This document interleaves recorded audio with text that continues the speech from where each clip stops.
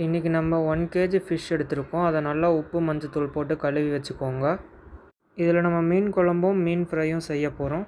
ஒரு பிளேட் எடுத்து அதில் தேங்காய் எண்ணெய், மஞ்சள் தூள் 1/2 ஸ்பூன், மிளகாய் தூள் 1 ஸ்பூன், இஞ்சி பூண்டு பேஸ்ட்டு 1 ஸ்பூன், சீரகமும் சோம்பும் சேர்த்து வறுத்து அரைச்சி வச்சுக்கோங்க 1 ஸ்பூன் வர மாதிரி. உப்பு தேவையான அளவு போட்டுக்கோங்க. அது எல்லாத்தையுமே நல்லா மிக்ஸ் பண்ணிவிட்டு மீனோட நம்ம மேக்னேட் பண்ணிடலாம். இது மீன் குழம்புக்கு. அடுத்து மீன் ஃப்ரைக்கு பார்க்கலாம்.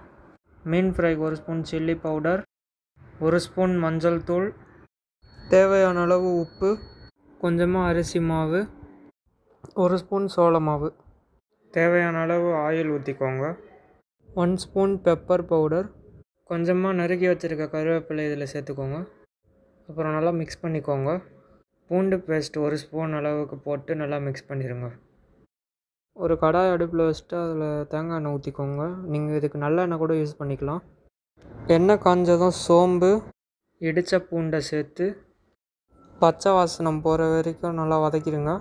கருவேப்பிலை கொஞ்சம் சேர்த்துக்கோங்க. இதை ஒரு கிளறி விட்டுட்டு காஷ்மீரி மிளகாய் தூள் சேர்த்துக்கோங்க. இது கொஞ்சம் நிறைய சேர்த்துக்கோங்க, ஏன்னா இது காரமே இருக்காது. ஆனால் இது கலர் நல்லா கொடுக்கும். இதை ஒரு பெரட்டி விட்டுட்டு சின்ன வெங்காயம் நல்லா பொடியாக நறுக்கி அதை சேர்த்துக்கோங்க. இதுவே நல்லா வதக்கி விட்டுக்கோங்க, வெங்காயம் நல்லா வதங்குற வரைக்கும். வெங்காயம் நல்லா வதங்கின உடனே தேவையான அளவு உப்பு சேர்த்துக்கோங்க. ஆல்ரெடி நம்ம மீனில் கொஞ்சம் உப்பு சேர்த்துருப்போம், அதனால இப்போ இதுக்கு தகுந்த அளவுக்கு மட்டும் உப்பு சேர்த்துக்கோங்க. கரைச்சி வச்ச புளியை சேர்த்துக்கோங்க.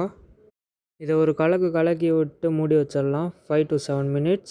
எண்ணெய் நல்லா பிரிஞ்சு வர வரைக்கும் மூடி வைங்க. 7 minutes ஆகிடுச்சு. ஓப்பன் பண்ணி பார்க்கலாம். தண்ணி கொஞ்சம் அதிகமாக இருக்க மாதிரி இருக்கும். அது இஞ்சினோடனே வடித்து வச்ச தேங்காய் பாலை இதில் ஊற்றிடலாம்.